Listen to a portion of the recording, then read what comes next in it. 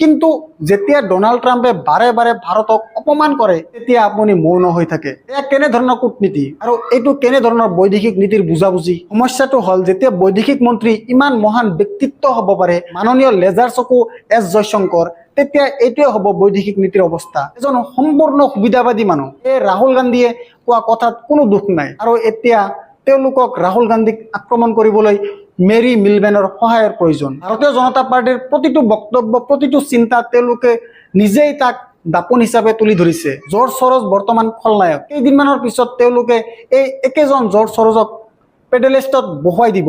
আগতে তেওঁলোকে ট্ৰাম্পক পেডেলিষ্টত বহুৱাই দিছিল, এতিয়া এই একেজন ট্ৰাম্পকে খলনায়ক হিচাপে চিত্ৰিত কৰা হৈছে। মনত ৰাখিব, সংবাদ মাধ্যমে কৰা সকলো কাম ডোনাল্ড ট্ৰাম্পে নোবেল বঁটা লাভ নকৰাৰ কাৰণ হ'ল প্ৰধানমন্ত্ৰী। এতিয়া প্ৰধানমন্ত্ৰী নৰেন্দ্ৰ মোদীয়ে লাভ কৰিব শান্তিৰ নোবেল বঁটাৰ। সংবাদ মাধ্যমৰ এই অৱস্থা, ভাৰতীয় জনতা পাৰ্টিৰ এই অৱস্থা। আৰু আপুনি জানেনে যে যোশীজীৰ অনুমতি অবিহনে গদি মিডিয়াই একো চলাই নাযায়। গতিকে বন্ধ কৰক, বৈদেশিক নীতিক ঠাট্টা নকৰিব। বৈদেশিক নীতিক গুৰুতৰ ব্যৱসায়, দেশৰ কৌশলগত স্বাৰ্থক ঠাট্টা কৰা বন্ধ কৰক। কেৱল কাৰণ আপুনি দেশৰ ভিতৰত সস্তীয়া আৰু নিম্ন স্তৰৰ ৰাজনীতি কৰিব